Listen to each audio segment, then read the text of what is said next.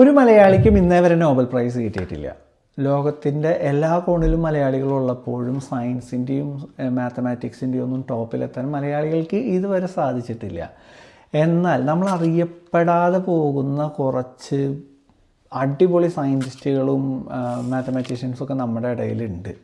അതുപോലെ ഒരാളെക്കുറിച്ചാണ് നമ്മൾ ഇന്ന് പറയാൻ പോകുന്നത്. ഡോക്ടർ തളപ്പിൽ പ്രദീപ് എന്ന് പറഞ്ഞ ഒരു സയൻറ്റിസ്റ്റിനെ പറ്റിയിട്ട് നിങ്ങൾ എപ്പോഴെങ്കിലും കേട്ടിട്ടുണ്ടോ? IIT മദ്രാസിലെ ഒരു പ്രൊഫസറാണ് അദ്ദേഹം.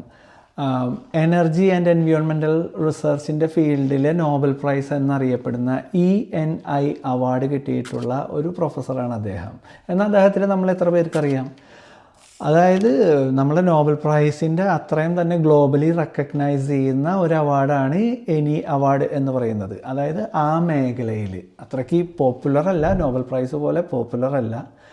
പക്ഷേ തളപ്പിൽ പ്രദീപിൻ്റെ റിസർച്ച് വാട്ടർ പ്യൂരിഫിക്കേഷൻ ആയിരുന്നു അദ്ദേഹത്തിൻ്റെ മെയിൻ റിസർച്ച്.